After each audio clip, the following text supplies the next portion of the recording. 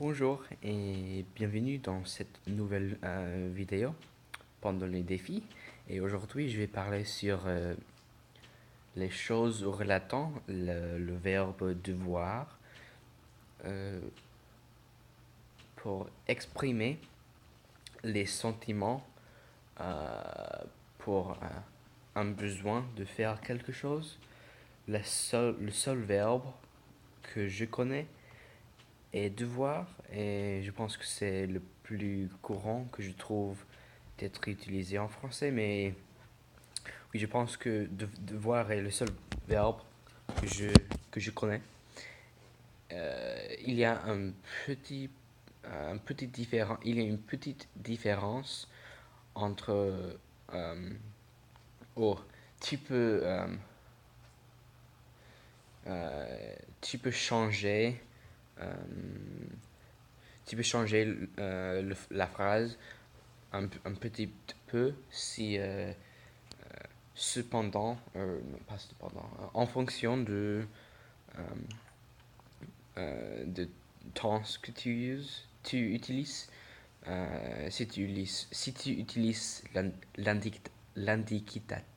l'indicatif, si tu utilises l'indicatif présent, euh, le verbe devoir sera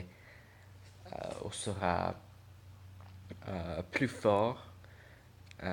C'est un besoin si tu utilises ton l'indicatif présent, mais si tu utilises ton conditionnel présent, euh, c'est un peu moins fort. Donc, par exemple, je dois partir. Est-ce que il faut partir en ce moment? Mais si tu dis je devrais partir, c'est oui, c'est une bonne idée pour partir, mais c'est pas un vrai euh, besoin urgent.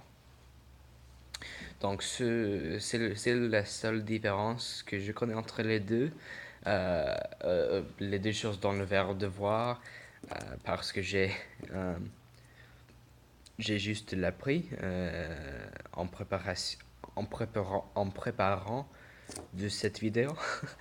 Donc, je suis pas très informé en ce sujet, mais c'est la raison pour ces vidéos. C'est très bon pour apprendre des nouvelles choses et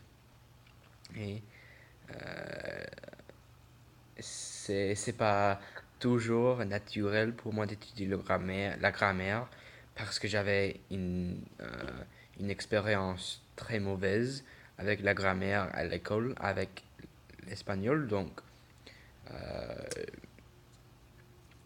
généralement, j'évite la grammaire française, mais avec la vidéo d'aujourd'hui, j'ai réalisé que c'est parfois bon pour l'étudier parce que je peux prendre les choses très utiles pour ma capacité en français.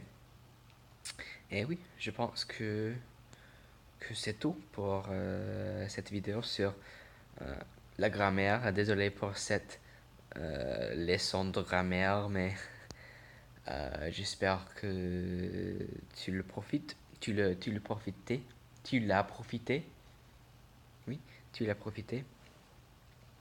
Et c'est à la prochaine jour, à la 12e jour. Aujourd'hui c'était l'11e jour et demain c'est le 12e jour. Ah, jusqu'alors.